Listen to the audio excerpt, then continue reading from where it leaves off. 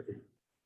All right, thank you very much. Good day. Let me just be safe to say that because we are in various parts of the world.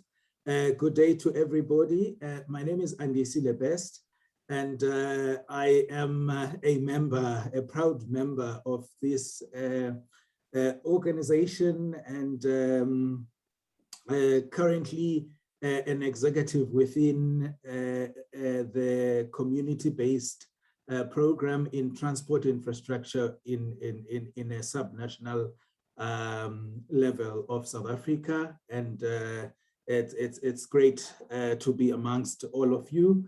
And as you are definitely aware that today we are going to be sharing the use of social audits in entrenching democracy and taking the case of South Africa.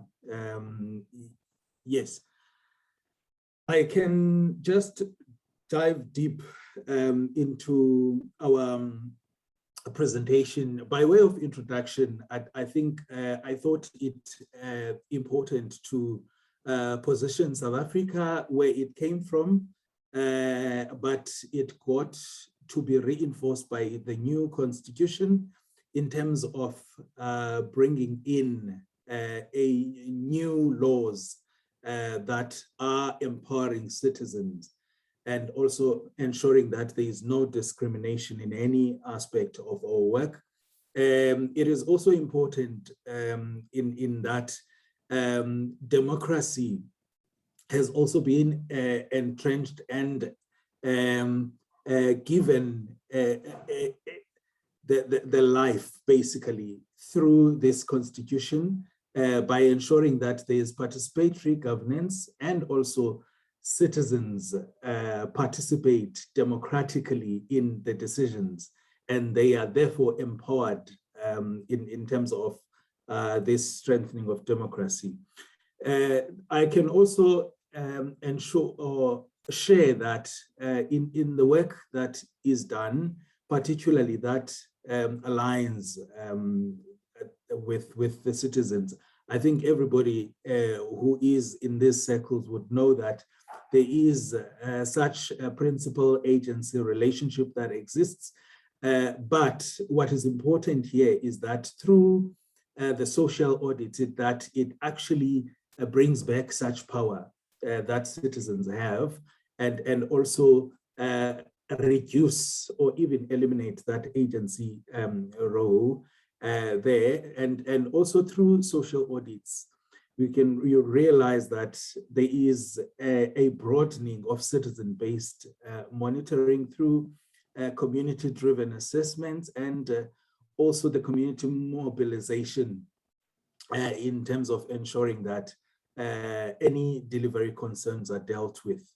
And all this is important looking at the political climate of any country or any, if it is a subnational level, but such political climate is very important because there is a chance that such politics could actually influence even the agenda of the social audits, if care is not taken into consideration there. And also ethically, the leaders who are leading should then be able to drive in such a way that there's discipline.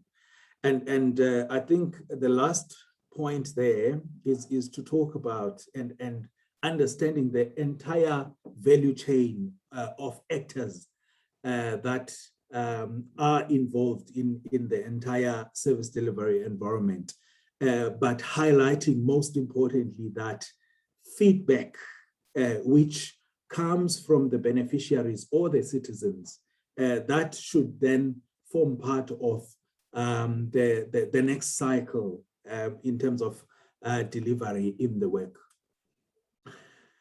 When you're looking at audits, I think the first thing I thought it's important just to look at an audit and wherein you can search a number of definitions. but you realize that an audit would be an examination that is more formal, that seeks to account for that situation, or whether it is financial or otherwise. And this would be as a result of an inspection on that account of an organization. And this is typically done independently. So I just thought it's important. There are various audits that could be undertaken. Some are more closer than the others. For example, here you'd look at financial and which would even be close to external. You'd look at quality audits, operational audits, internal audits, forensic audits, information systems audits, and you have the social audits. But when you look at all these, they have different focus areas that that they focus on. But here, what I want to highlight is the last one, which is the social audit. When you look at the social audit, it is more specific, and it looks at any special and sorry, I think I have trying to move.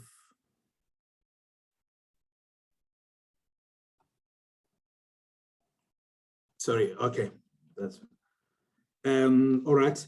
Specific and special, but most importantly, periodic. It's done periodically because there would be a particular project that is introduced and which must be implemented within a particular time, and therefore the communities or the participants of the audit would then undertake such an audit. And it will also look at what was allocated in terms of the financial resources, as well as what has been the actual spending. And you compare that with the service delivery achievement on the ground. And the focus really is more on what the beneficiaries have been able to benefit from this. And also they are the ones who are to drive it themselves. And then what are social audits? It's important for us to look at the different aspects that come up when we're looking at the social audits. Civicus and also the Social Justice Coalition in South Africa, they have a number of definitions, but it's important that we know this being a process where beneficiaries themselves are empowered to review, start with the documentation and as well as the actual service itself. And it becomes a formal review that follows through the whole process. And this is part of the organization's responsibility, as well as the impact that it should take.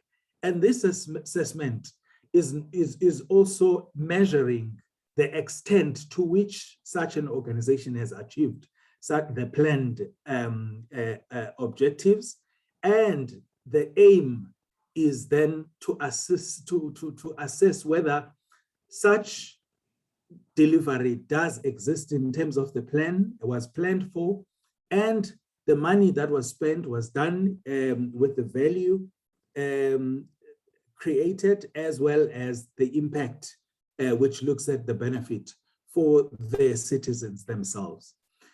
And there are various principles that are important for us to note when it comes to social audits.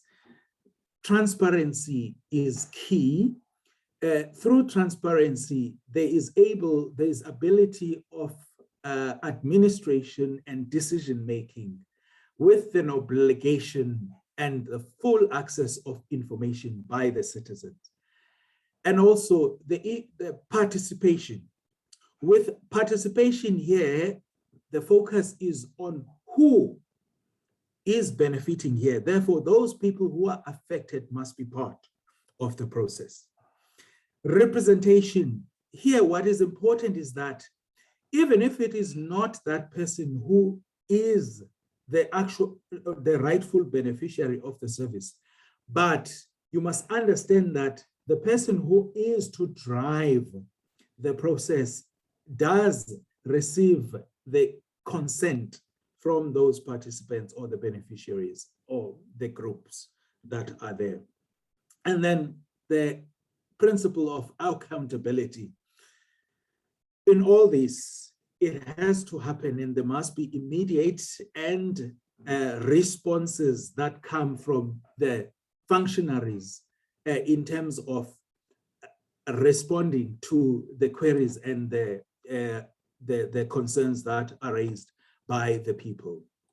Now, there are various stakeholders that participate. These are communities being number one, because they're the ones who are the beneficiaries. And it gets to be civil society, because they represent most of the time the citizens, and then the government, and also the contractors. And in terms of the contractors, sometimes it is the contractor that is there that is delivering on behalf of government, and therefore it mostly becomes private sector, but you do have some of the civil society or NGOs that are implementing on behalf of government. In terms of social audits, there are various uses. You use social audits to monitor, and you also use the social audits to determine how that organization is meeting its plans. You use it to help shape the management strategy. This is done through ensuring that through those audits and the results thereof, we are able to then use it in terms of the next cycle. We facilitate learning in terms of the performance that is undertaken. And what is also important is that strategic influence and the social impact that the social audits result to. And also the stakeholders become informed of particularly even the allocations and even the delivery of the services. And then also the last aspect is the increased accountability. What is important then is that the different phases that are to be followed. And in these phases, in fact, it's two key phases. Preparation and planning is the most important. In fact, yes, it's a brief one, but it must be followed through in order for you to understand and be able to get the necessary buy-in, and you have a very clear path that you are to follow. You do it in establishing the legitimacy and the mandate from the community, which is very important. You do that by identifying the relevant community structures, and you engage them. And in order for them to understand what is it that you want to undertake, and then you will get such a mandate from the leadership. And it's important that you then go into the next one where you identify what area that you must focus in. You can't just do a broad audit, because it will end up being diluted and you will not be able to be focused there. So you and through that, or in order for you to get that identified focus, you must then get inputs from the community, and who are to help you to know what is the specific issue that you are to follow. Sometimes it may be as a result of a problem that you have seen and or the community have seen, and therefore they will focus on that area. The next step is to obtain the preliminary documentation, the documentation that will help in the processes. You identify which institution is responsible for that delivery. And then what is that information that we are to request?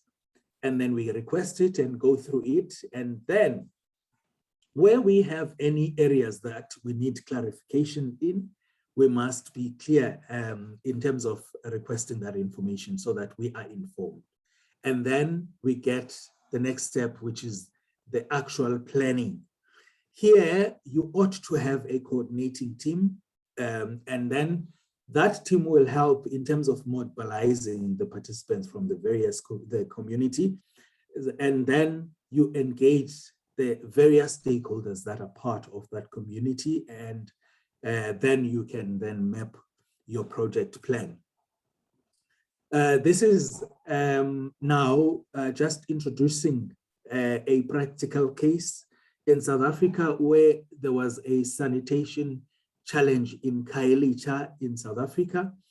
And as you can see, the picture is really clear of what was happening there. And the unfortunate aspect is that these toilets that you see were even further from even where a person is staying. And therefore you can imagine when somebody needs to go and relieve themselves in the middle of the night, they need to get out of where they are staying and they need to walk a path, and then they need to come into these toilets. Well, the issue of their condition is even the worst as well.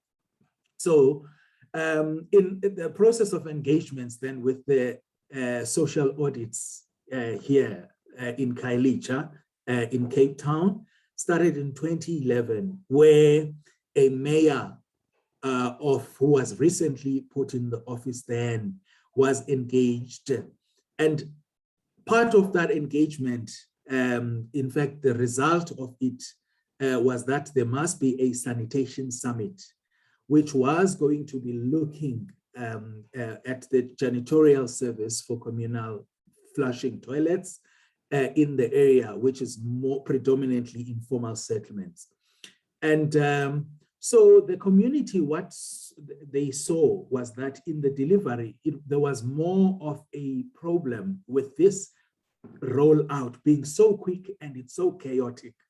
And then in 2012, there was a further engagement with the mayor. And so the mayor, upon receiving with the community feedback, and apologized and said, it's fine, this will not happen again. We will give you a plan for you to know. But this did not happen. And then in 2013, then an organization called Social Justice Coalition and then Ndifuna Ukwazi, they partnered towards conducting the social audit in order to present to the city of Cape Town the evidence of the problems on the ground. And so the meeting with the community leaders was initiated, and then introducing the idea, following now the steps that I've just shared. And then the leadership then gave a go-ahead in terms of the projects to be undertaken. In this aspect, now I'm coming into the second phase where the actual social audit is conducted.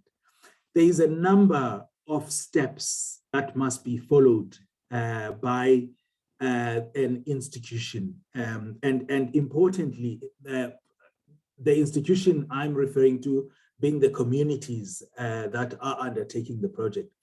With the first step, it is that we are to get the mass meeting, which is going to be the one that leads us in terms of the decisions that we are making.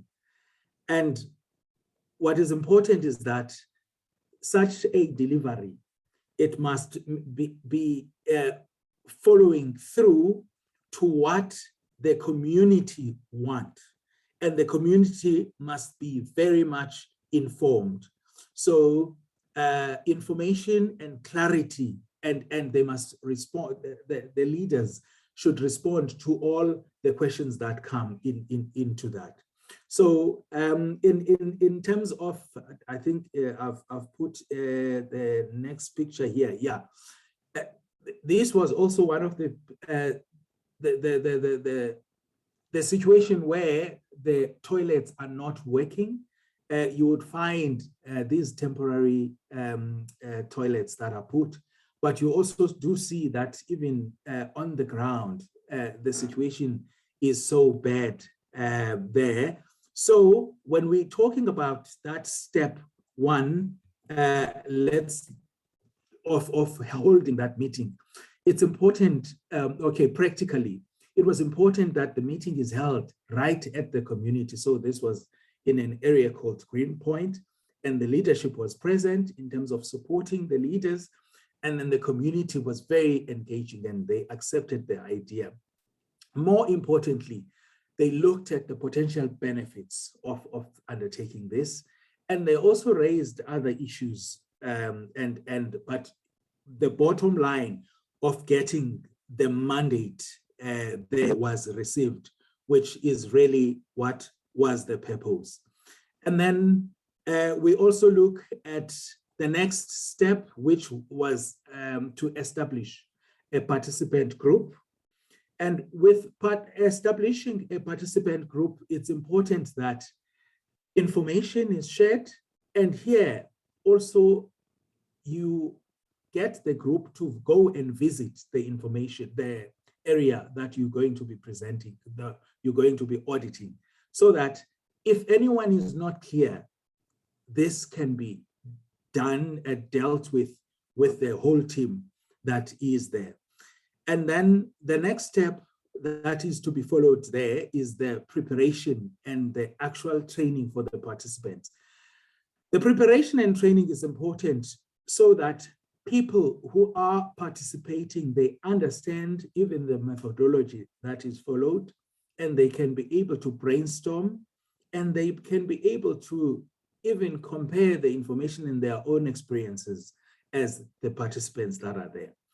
And then the next step is to develop and test the questionnaires. And in developing the questionnaires, what is very much important is that such questionnaires and the tools that are used, the people that are to lead must be the ones who understand and get clarification on the issues that they don't know there. If there's any physical verification, if there's any mapping involved, there's any photography, all that needs to be done. But importantly is to test and even role play as a team in terms of those questionnaires. A person gets to be asked by another one. And this is very important. And then the next step here is to then gather the evidence. And in gathering the evidence, what is important is that this evidence that is collected must be understandable. So the team must focus on being objective, and the team leaders themselves must be able to focus on providing support to each team that is undertaking the audit itself. And also it's important that the process could take longer depending on the extent of such an audit, because it could even go at between 2 days and up to 2 weeks or so. The next step is the capturing of experiences and testimonies of people. Here now, it is to look at what have the people said when we were following on this information. And so important here is, how were those questions asked? Were those, and it's highly recommended that you don't ask any closed questions, and also don't lead the responses, the responders. Respondents must be given questions which allow them to elaborate so that you can get the gravity of the challenge there. And then there is also an important aspect, of agreeing on the findings and organizing relevant evidence. Obviously, when you undertake such an audit, you will realize that there are many problems that will be found by the team. But what you need to do then is to rank them into understanding which ones are more critical, so that when you are highlighting and communicating with the institution, you are able to highlight which ones should be a priority in there. And then the next step is to prepare for the public hearing. It's important to hold a public hearing because it is through that mass that you are able to then get everybody else who is not understanding what others are experiencing in terms of those challenges. And then the next step is then to hold that meeting. And when you're holding that meeting, I think in terms of the Social Justice Coalition is that they've actually published a particular guide which was sharing also their experiences here. Even the logistical arrangements are important in terms of you understanding your own community, even where they are and how they will get there. And even if it is a bigger hall or you are holding it in a stadium, and therefore you're going to be needing some amplifiers or even some audio or enhancers kind of tools, you know, those kind of things. So you need to go to that detail when you're planning it. And then the last step there is the reflecting and following up. After you've had the actual public hearing, wherein in that public hearing, you also invite the relevant institution that delivered on this service. It's important that you have your own kind of monitoring and evaluation mechanism wherein you are seeing or assessing how did the process go and where you can improve. Just, I think, these next slides then to share the practically what the KHAYELITSHA project. Oh yes, this one is another project which I think it's this is the only slide where I shared another project which was in terms of the training step. This one was focusing on the refuse collection.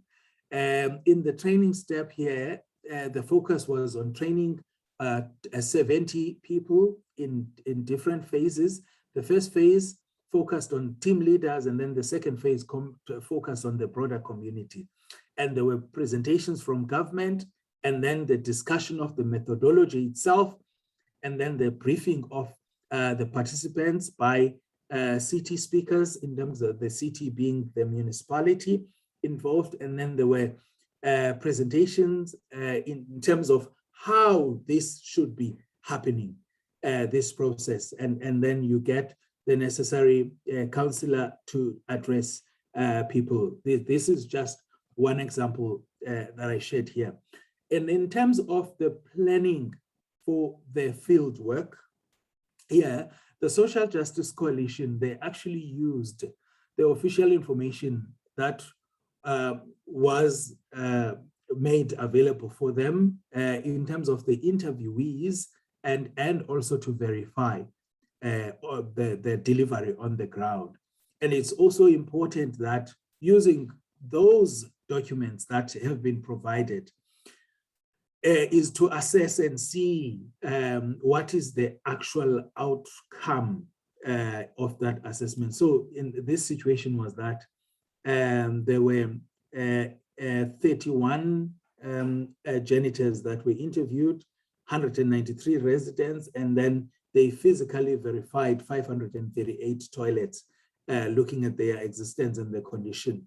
And from this, in terms of their evidence, was a shocking situation where from the toilets that are provided there, you'd realize, they realized that from the 346 toilets as per government records, only 256 existed. So 90 were never known where they were. They were not there. And this is just one of the conditions, this dirty one here, which is the temporary ones. And then, but from these numbers, look at the 54%, which was the toilets that were unusable.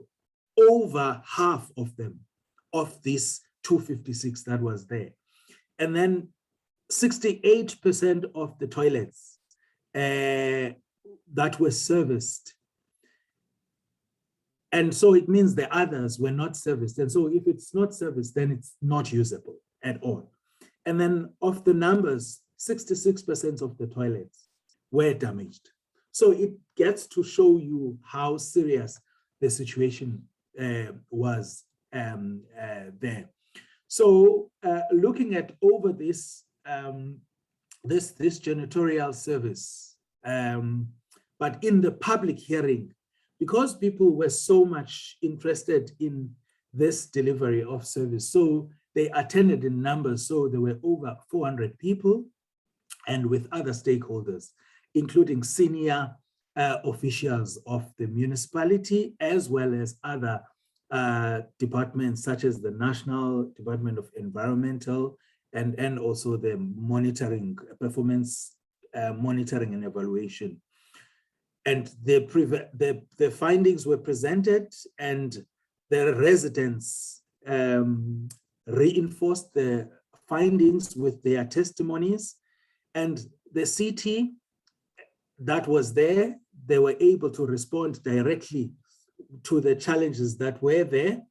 But what is most important here, which the guide from SJC says, is that you should not always expect that the institution that you are presenting to will accept what you are bringing, even though you have evidence of the data, but that's just the situation, to the point that they felt that even the city was even shifting the blame in certain instances to the community, talking about the issues of vandalism and how they are to focus on that, and that the community is not reporting the damaged and any toilets that are not serviced. But in the end, they ended up making a promise of making a full response that would then be published at the end. But in that whole process, I think as we go to the end, it's important that there is a learning experience. After having gone through the whole process, SJC and the Ndifuna Ukwazi, they used all the process to learn and change certain aspects. Some of the things which are important was that the focus would be more narrowed, because the original social audits was done focusing on a number of areas, but they saw that it's important to have a more focused audit in one area first before you move to the next as the entire team, and also have the community decide on what needs to be audited, and not to have the leaders themselves, as the process was initiated there. And also the communities must also be part of all the decisions from the beginning up until the end.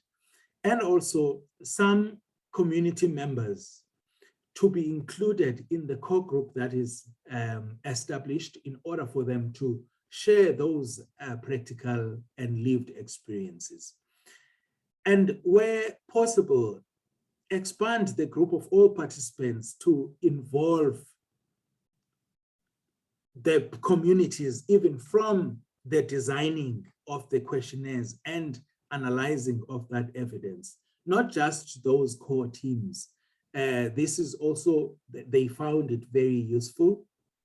You must also be able to allocate more time for the community to be engaged and to engage you back, in order for them to feel that they own the process and that they are included. The key challenges that and lessons that have been shared is that more than anything, you may be focusing on the numbers, but what is more important is what the people are saying and how they are experiencing. And so less on the data, but more on their experiences, their lived experiences. And another aspect is that when there's justice and accountability, you must just know that residents for themselves, they feel that their experiences are denied, and therefore you find such crossing of the social justice as well as the accountability by their organization. The head of the moment here, what is mostly important here is that the success gets to be caused by the noise that will come from the publication by the relevant media that is there, and not necessarily because of the work that you've undertaken. So if you do not get a chance to engage media to be part and to publish and help in the noise, then you might not get the desired outcome of influencing. You should also learn that this result will be contested by the necessary, or by this organization, and particularly that some will shift it and say that it's a political ploy against them. But you should not be distracted by that. Focus on what the information is telling you and present that evidence. It is also a lesson and a hope that there would never be any more poor service when you introduce such a mode of an audit, because it is going to ensure that the organization is planning and is following up on the delivery of the services, whether they are done by them or even their own individual or their own service provider. I think I've shared a number of resources here that could be followed through, even with other types of audits that were introduced. But what is most important here is that when you introduce this type of a service, you are certainly able to then give that power to the people for them to understand what was expected and then what was actually delivered on the ground. Thank you very much. That is the end of my presentation. Thank you, Andisile. Thank you. You have done best, just like your name suggests. Can we give Andisile a round of applause?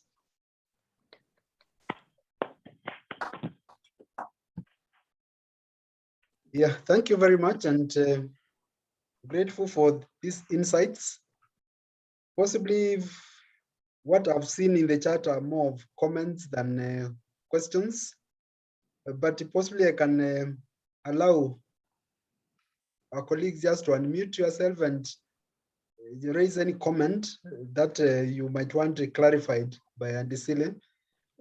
From what I'm hearing is that you've talked more of a very formalized social audit process, but then we also live in jurisdictions where that formalization may not exist, and even the spaces for formal social audits may not exist.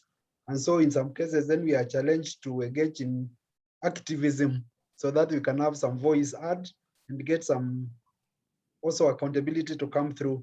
I don't know what would be your comment in that regard, where now we might be called to social audits, and then it may not be as, activism, and it may not be as structured as the way you have outlined in this particular case. Thank you. Okay, so there might be an interference by the Supreme Body which might not, or which the aims of this social audit might be defeated? Is there any check and balances? Okay, thank you. Yeah, okay. Any balances? So let's get any the comments, and then Andisile can comment, and of course the rest of us can comment.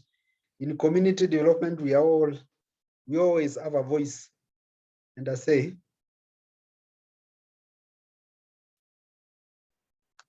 Yes. Okay. Thank you very much. I think the first thing, yes, these are related, but you could even separate them. Let me start with the first one directly. A more formalized environment is advisable because of, I think I've spoken about the thorough planning that needs to happen in terms of getting the mandate from the community. I do not believe that if you do not have such a mandate, then you would be able to have the voice that you need in order to engage the responsible institution. And it is that power that you will be carrying behind your back that will give you such authority. And then also you need all the voices to input. I think I've shared it in terms of what the original guide says, but also what the lessons have indicated. Originally, the process started by engaging the leadership to get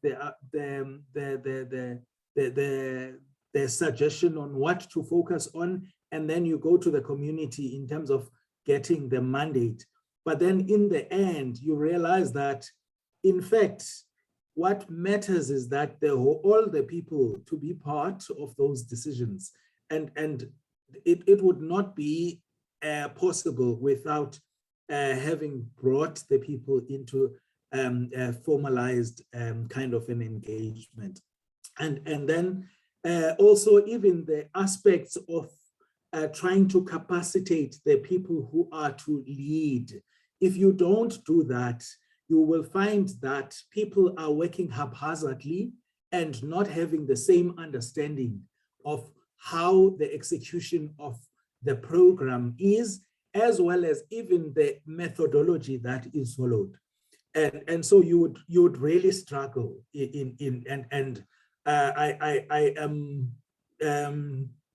I would therefore not recommend an informalized engagement or social audit there. And then talking about the checks and balances, I think, yes, what links with what I am talking about is more so on, firstly, ensuring that it is the voice of the community itself, and it is that which is published and known by everybody. Even the leadership have received such a mandate, and even the planned formal engagement and the trainings and so on are done. But understand that it is also one of the realities that you will find those who are in opposition of what you are doing. And therefore, you should not think that is an exception. It's part of the process. But your focus is more on what the reality is, focus on clarifying the evidence and the people's testimonies, and that is what will count and should count, and not necessarily the people's feelings, but the realities themselves. And you also try, I think one of the key issues I've indicated in the presentation was the ethical driving of the process for even the leaders to not be, even if a person is known to be a subscriber of a particular party and not the other party. Those things should be very much clear that it is not a politicking, as some would say. It's not politics, but it is about the service delivery that must be followed from the beginning up until the end. So such formalized engagements for me, I believe, are the ones that are more telling, and also the documentation, from the documentation that you've received, as well as the presentations that are made, which are then trying to show where the gap is. And so to me, that such evidence that comes from the data itself, as well as the experiences that are making meaningfully this data are the ones that should be a focus, and not on organizations or the people's feelings and their contestations, as this is bound to happen.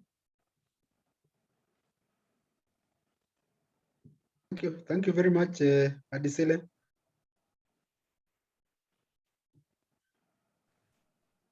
Okay, what I'm seeing again is more of a comment that social audits are helping monitoring and evaluation of effective and efficiency of services delivered by governments. Of course, he says this what is understood. Possibly, I don't know whether there's another understanding of the same. We still have our colleagues joining us, even this later one. Bernard Dienge from Tanzania has just joined us. Welcome, Bernard. And Obo from Manchester is also just joined us. So any comments? Good Sunday. morning, everyone. Morning. My name is Sunday, and I'm reaching out to you from Nigeria. I would like to appreciate the presenter for the very informative presentation on social audits. But I would like to ask a question, which I believe will help us as community development practitioners to know how best to approach some projects that are being done at the university level. I just want to find out, to ask the presenter to suggest who is actually in the best position to audit projects that are being done at the university level. And the reason why I'm asking this question is because I studied in South Africa, and I could remember very well, there were several times when students in my university raised their voices against some of the projects that were done haphazardly by the university vice chancellor. You know, what we discovered was that anytime they wanted to do a project, after the project has been approved by the Senate of the university, you discover that this project ended up being executed by one of the members of the Senate.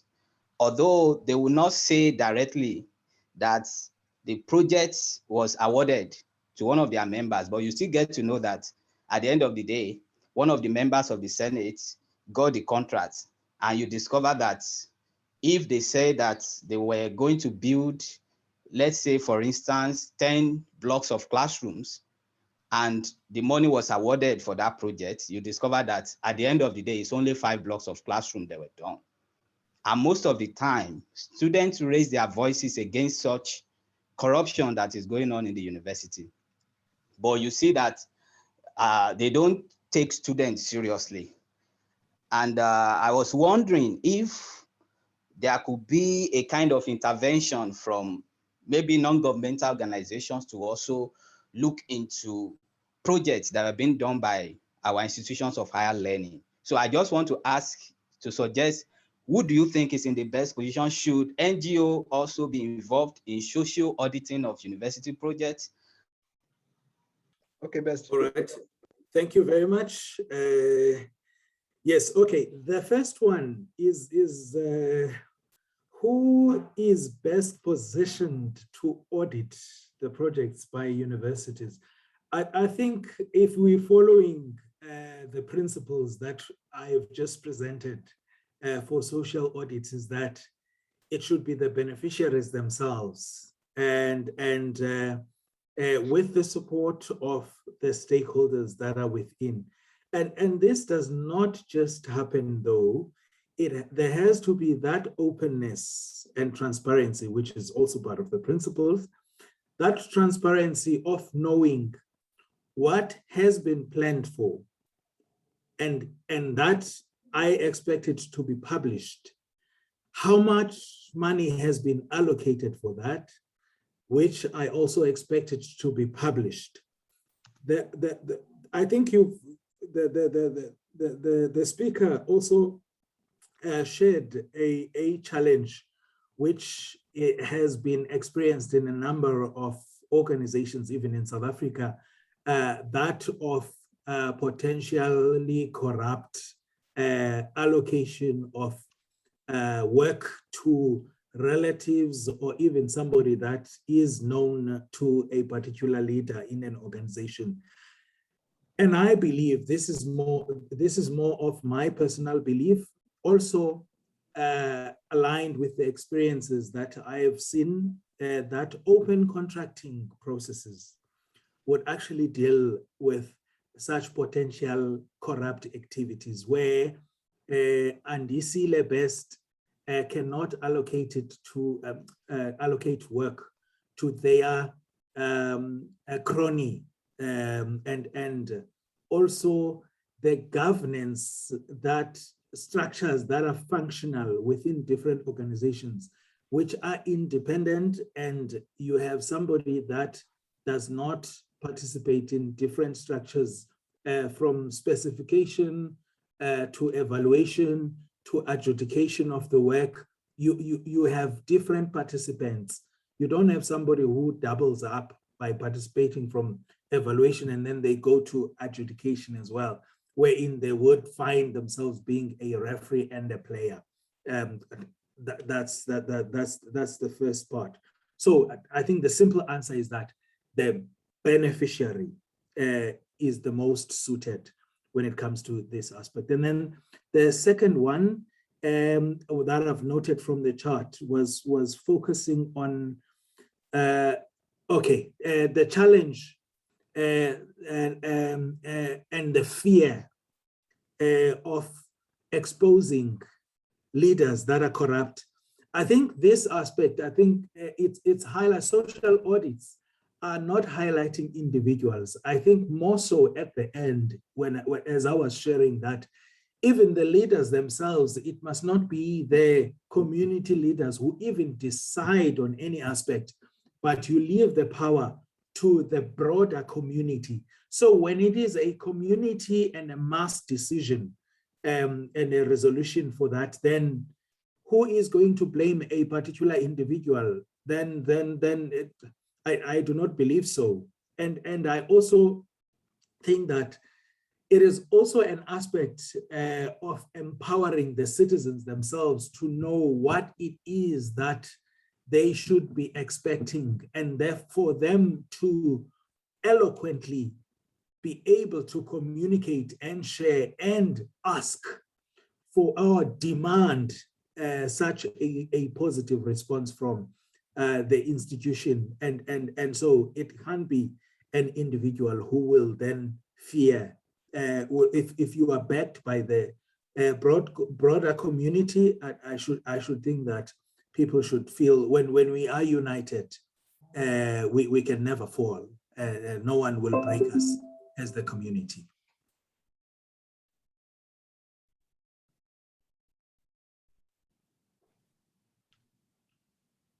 Thank you very much, Best. Any further comment, any further? We have shared some information in the chat, starting with the forthcoming book on international community development practice that's coming out in November. And some discount is going to be available. So already there's information in our IACD social media, and also on the website will also be carrying the information. So be on the lookout. This is a book based on the international standards for community development practice. And some of those present here have already shared, I've already made some contributions. So be on the lookout, and in November, the book will be out. I've shared information that our next webinar is going to be on 10th November, same time, 11 Nairobi time. So see how you convert that. Now that we also have, like in the north, we are changing now the difference from British Standard Time now to the normal longer gap in terms of timing. And the topic is going to be on community development and children's rights. Because again, as we do community development, we also need to be responsible and responsive also to the needs of the future generation. That's what sustainability calls us to. And also that's also that our duty is also to ensure that we also make community development responsive to the needs of children who most of the time are voiceless and have much less power than what we have. Of course, the presenter is present, but we'll be unveiling the presenter much later as we, in our subsequent communication. But the presenter is here with us. And for the record, we have 2 more minutes to finish. I can ask us to unveil ourselves if you are willing, so that we can take a photo for our social media. In the morning, I was sharing with a colleague from Europe, and she's saying online is become the norm. And so this is also the way you can promote what we do as IACD. If you are in agreement and would wish your face to appear in the picture, so you can unveil yourself